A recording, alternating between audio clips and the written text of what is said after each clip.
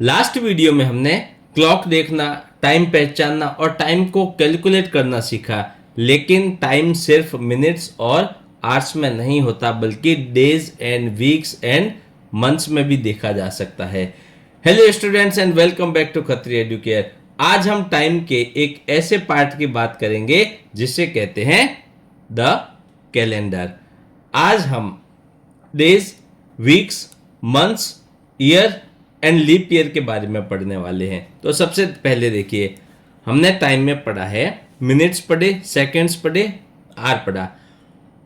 1 our में 60 minutes होते हैं, यानी कि 60 मिनट्स मिलकर 1 आवर बनाते हैं। 1 मिनट्स में 60 सेकेंड्स होते हैं, यानी कि 60 सेकेंड्स जब कंप्लीट होते हैं तब जाकर 1 मिनट बनता है। ठीक है, तो 1 मिनट में और जब 60 मिनट्स मिलेंगे तो 1 आवर बनेगा। अब देखिए, ये जो 1 आवर है, ऐसे जब 24 आवर्स कंप्लीट होंगे तब ये 1 डे बनेगा। जब 7 डेज कंप्लीट होंगे तब जाकर 1 वीक बनेगा।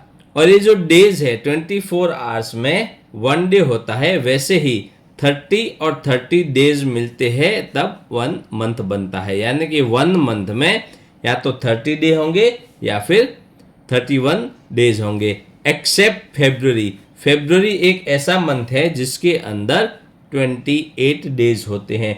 और अगर लीप ईयर है तो लीप ईयर होगा तो फेब्रुवरी में 29 डेज होंगे। लीप ईयर क्या होता है हम आगे पढ़ने वाले हैं। उसके बाद देखिए, 7 डेज मिलते हैं तब 1 वीक बनता है। वैसे ही जब 52 वीक्स कंप्लीट होते हैं तब 1 ईयर कंप्लीट होता है। यानी कि कह सकते हैं कि 1 ईयर में 52 वीक्स होते हैं। और 1 ईयर में 12 मंथ्स होते हैं। जब 12 मंथ्स कंप्लीट होंगे तो 1 ईयर कंप्लीट होगा। वैसे ही 1 डे है, 24 आवर्स में 1 डे, वैसे ही 365 डेज जब कंप्लीट होंगे तब 1 ईयर कंप्लीट होगा। और अगर लीप ईयर है, अगर लीप ईयर हुआ तो 1 ईयर के अंदर 366 डेज होंगे। ठीक है, तो क्या देखा यहां पर, सेकेंड्स, मिनट्स, आर, फिर डेज। अब डेज की बात करते हैं। ये तो हमने सब क्लॉक में पढ़ लिया था। अब जब कैलेंडर की बात करेंगे तो यहां पर दे रखे हैं days. Days of the week. 1 week में कितने डेज होते हैं? 7 डेज होते हैं। कौन कौन से होंगे? Monday, Tuesday, Wednesday, Thursday, Friday, Saturday, Sunday. ये 7 डेज मिलाकर एक वीक कंप्लीट होता है। और इसके बाद वापस से संडे के बाद आएगा मंडे, और फिर ऐसे ये चलता रहेगा। जैसे ही 52 वीक्स कंप्लीट होंगे तो 1 ईयर कंप्लीट होगा। ठीक है, अब देखिए इसके बाद में मंथ्स ऑफ द ईयर। अब एक साल में कौन कौन से मंथ्स होते हैं? आपको क्या बताया था, 1 ईयर में 12 मंथ्स होते हैं। अब कौन कौन से होंगे? जनवरी, फरवरी, मार्च, अप्रैल, मई, जून, जुलाई, अगस्त, सितंबर, अक्टूबर, नवंबर एंड दिसंबर। तो एक साल और ये 12 मंथ्स। अब आपको क्या बताया था, 1 मंथ में या तो 30 डेज होंगे या फिर 31 डेज होंगे।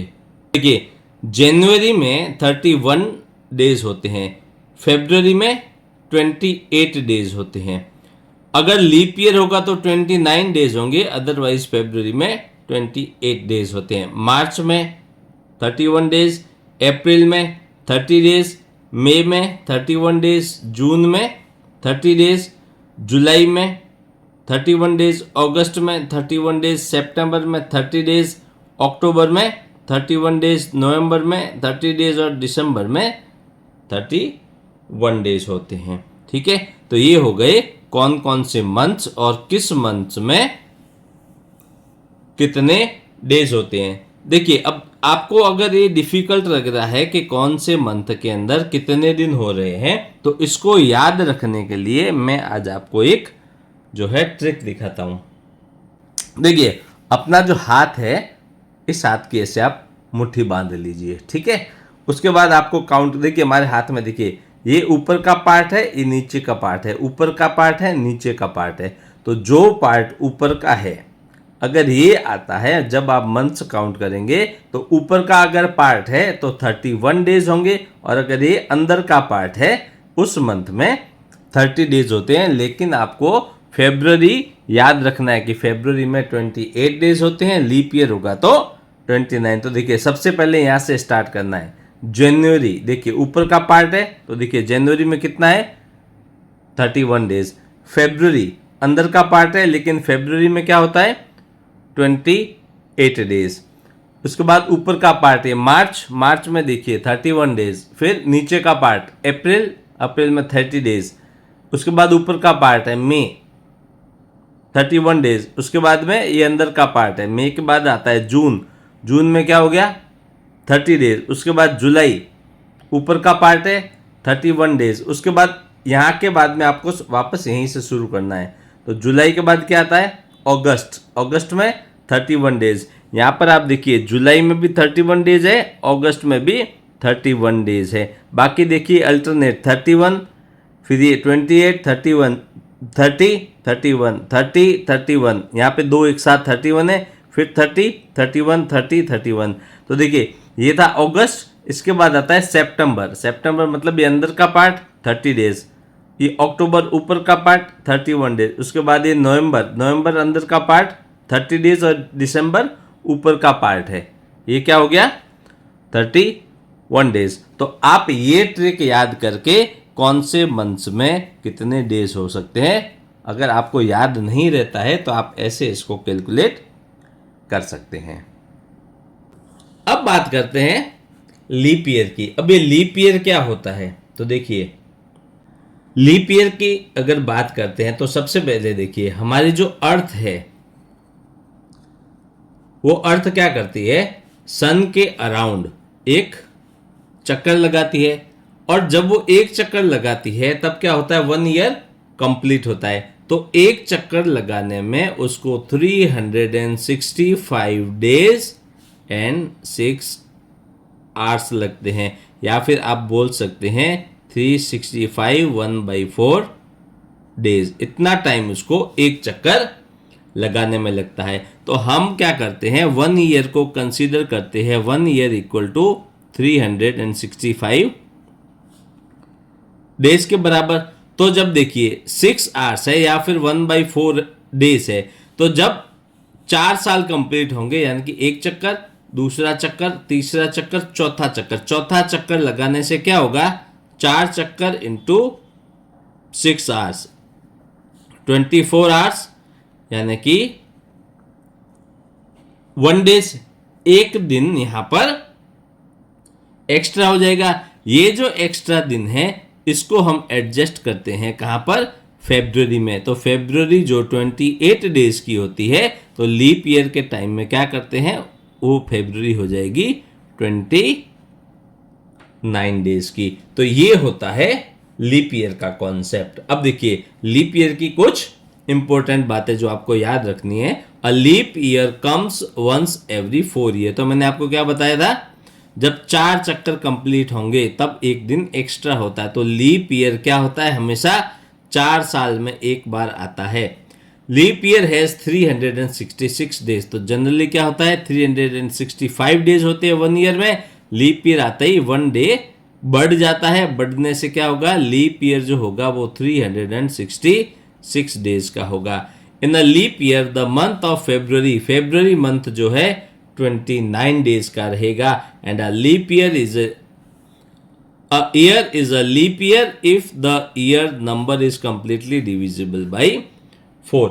अब आपको कैसे पता चलेगा कि कौन सा ईयर लीप ईयर है या फिर नहीं है। अगर कोई भी ईयर, जैसे अभी चल रहा है 2026, अगर ये पूरा नंबर 4 से डिविजिबल है तो वो लीप ईयर है, अगर 4 से डिविजिबल नहीं है तो वो लीप ईयर नहीं है।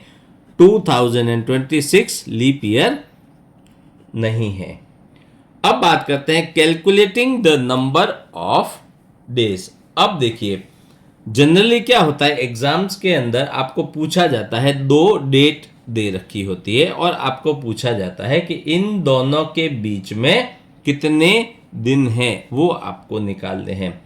ये निकालने के लिए मैं आपको यहाँ पर जो मेन पॉइंट्स है वो बता देता हूँ, फिर हम एक एग्जाम्पल लेके इसको देखेंगे कि कैसे नंबर ऑफ डेज को कैलकुलेट करते हैं। तो देखिए, आइडेंटिफाई द मंथ्स। सबसे पहले आपको देखना है कि मंथ्स कौन सा है, क्योंकि देखिए हर मंथ्स में अलग डेज होते हैं, किसी में 30 रहेंगे, किसी में 31 होते हैं। फेब्रुवरी होगा तो 28 डेज, और अगर फेब्रुवरी लीप ईयर है तो वहां पर 29 डेज होगा। तो सबसे पहले आपको आइडेंटिफाई करना है कि कौन सा मंथ है। उसके बाद में count days in each month, हर महीने के कितने दिन हैं वो आपको देखने हैं और काउंट करने हैं। उसके बाद जो भी डेज आते हैं उन सबको लास्ट में क्या कर देना है, ऐड कर देना है। ऐड करने से क्या होगा, जो नंबर ऑफ डेज आपको पूछे गए हैं वो नंबर ऑफ डेज आपको यहाँ पर मिल जाएंगे। इसको करते हैं कि एग्जाम्पल के साथ में।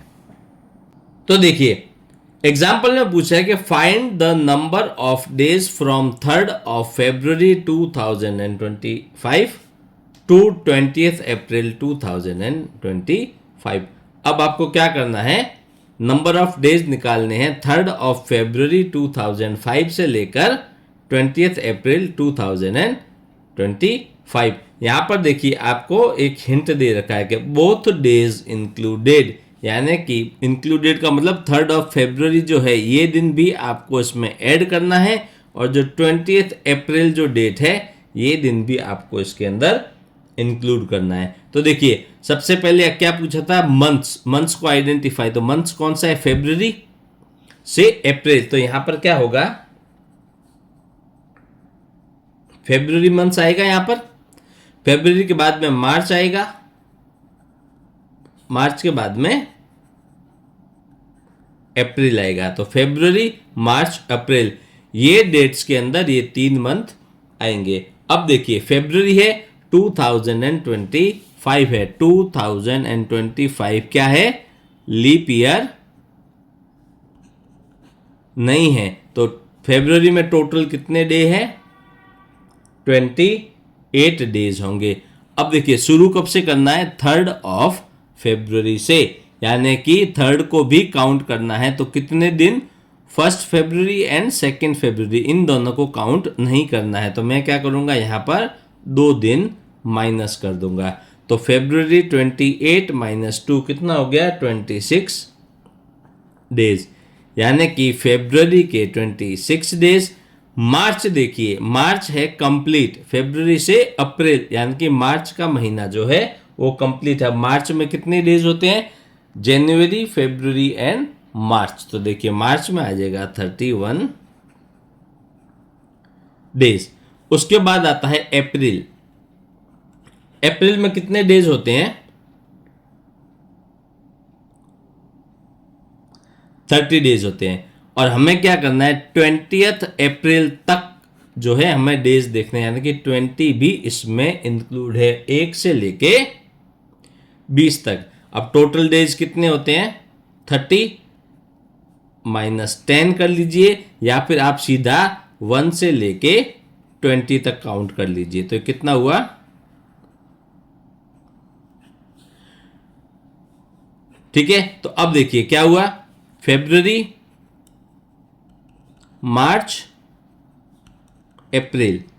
अब क्या करना है, इन तीनों में जो डेज है उनको कर देना है आपको यहां पर ऐड। तो फेब में है 26 डेज, मार्च में 31 डेज एंड अप्रैल में है 20 डेज। क्या करना है, तीनों को ऐड।